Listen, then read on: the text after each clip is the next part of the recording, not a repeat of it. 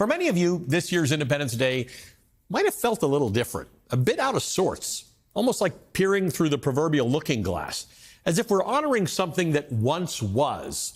And in a way, we are.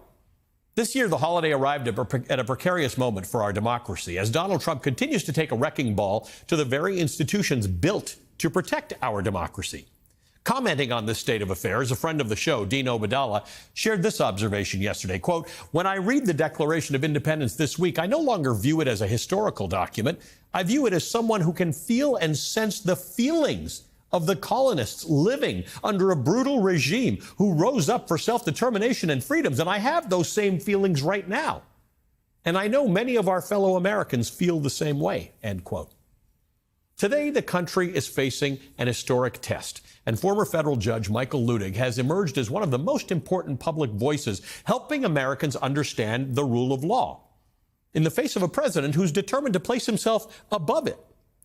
At this fragile moment, when it feels as though the sands of democracy are slipping through the hourglass, Luttig has offered something rare and precious, a powerful reflection on what those founding words and sentiments from 1776 mean today.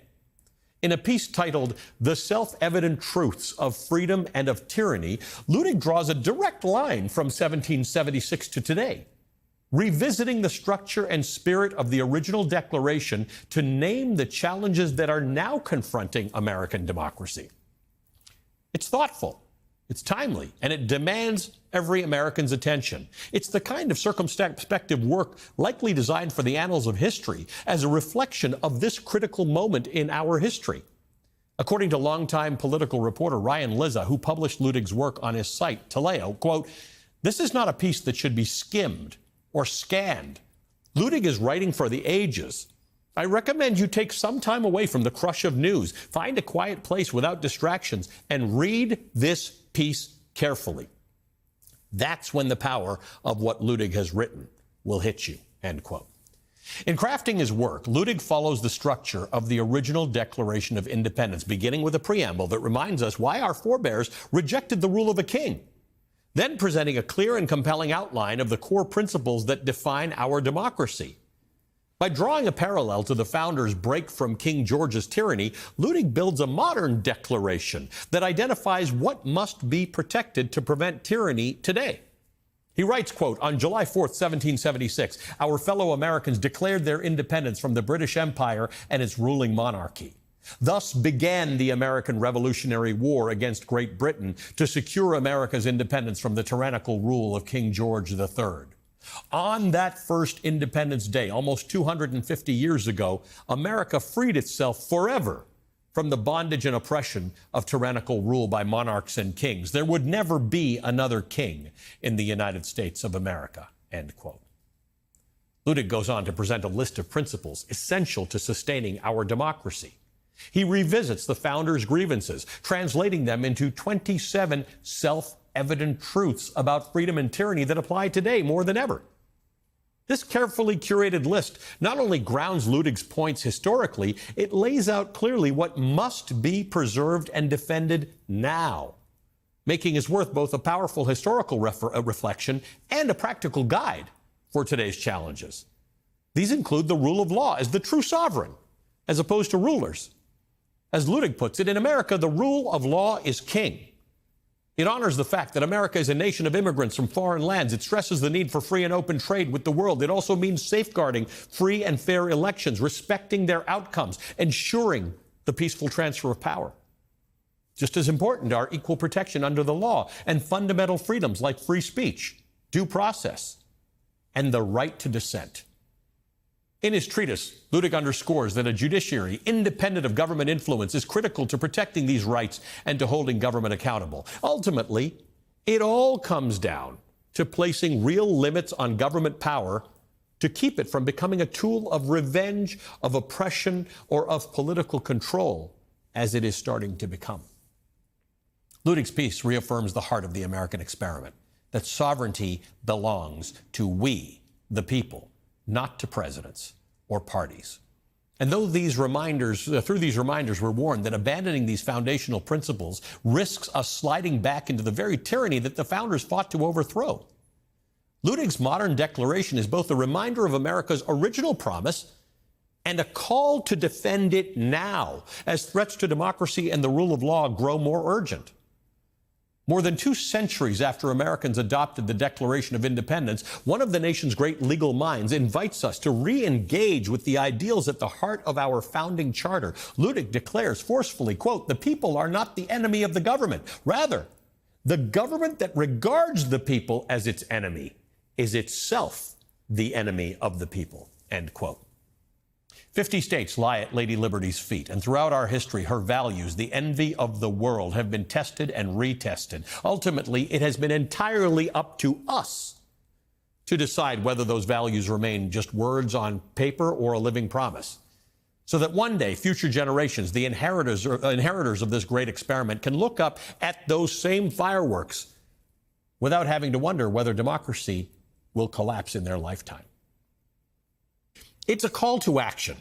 This is not just sort of a historical analysis you've done. You're sort of telling people that we need to channel our forefathers. We have to channel the colonists who said, we don't believe in this system under which we're living, but it's up to us to change it.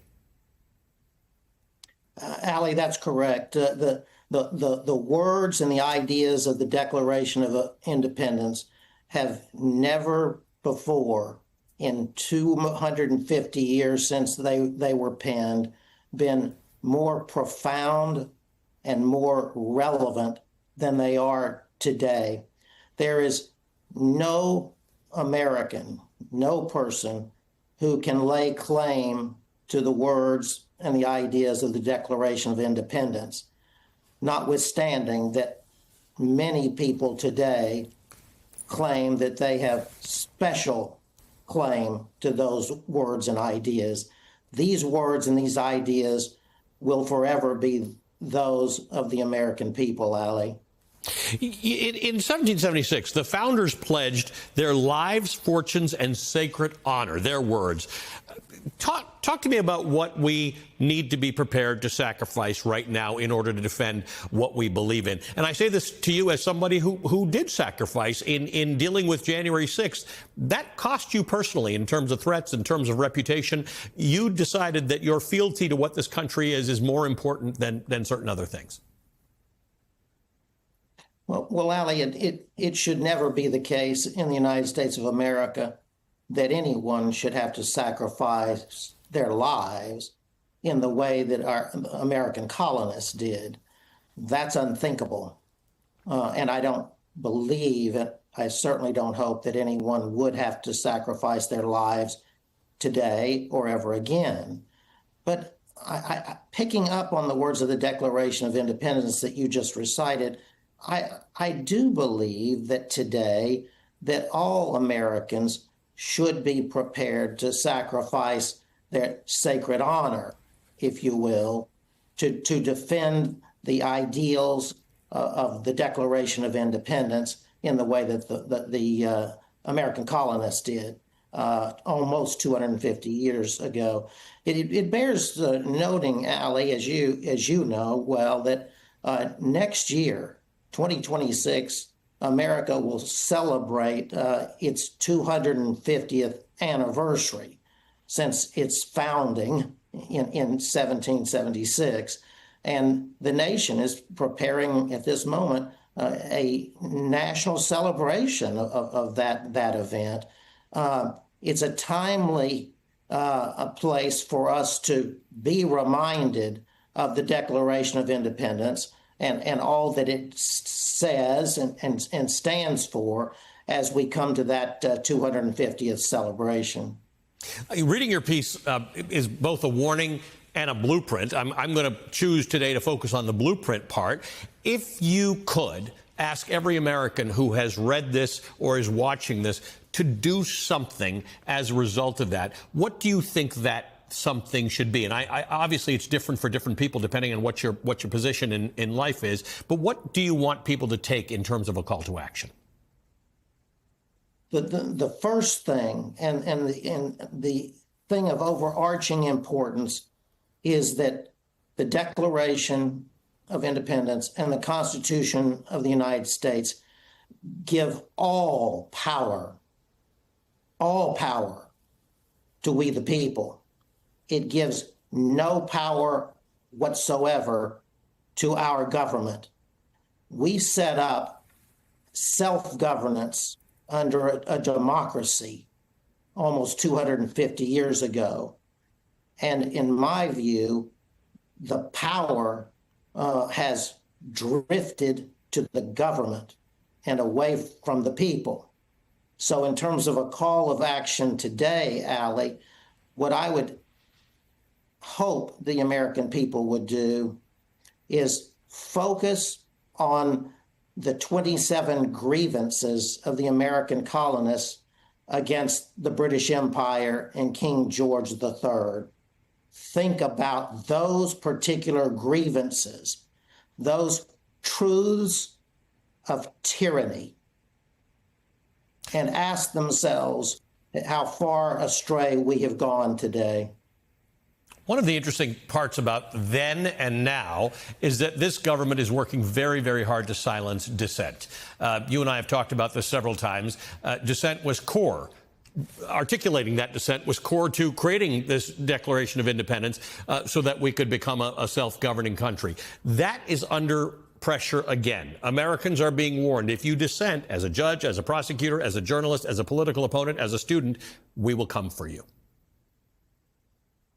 Allie, almost every single right, privilege, and liberty that we Americans have enjoyed for the past 250 years is under direct attack. And that will be evident to the American people if they simply read the original 27 grievances in the Declaration of Independence. If they have a moment to read what I have written, which is a juxtaposition of those grievances with our rights, liberties, and freedoms today, the message will be clear that we are on the edge today, at least, of losing the republic that we created ourselves, that we, the people, created, Allie. Judge, is the answer simply politics? Is it elections? Or is it something more? There's nothing simple about it, let alone politics. Simple politics? No. Politics with a capital P, the way that was intended by our founders and the framers of our Constitution? Yes, it is a matter of politics with a capital P. In my view, the view of one man alone, our elected politicians, if you want to call them that, have followed like lemmings those who would walk this country off the cliff toward tyranny. All it takes, and I said this at the time of my congressional testimony some years ago, all it takes is the courage of a small group of our elected politicians who have the will and the courage and the commitment to America to stand tall and speak out. But of course, as you know, since the time that I asked for that, not one single politician has done so. Judge Luttig, I encourage... And that's why, in my view, Allie, the main problem and the main issue for America today is that we have no leader and we have no leadership. I implore all of our viewers to take some time and to read this very, very carefully. And I thank you for writing it. Judge Michael Luttig is a former federal judge on the United States Court of Appeals for the Fourth Circuit. Thank you for being here, sir.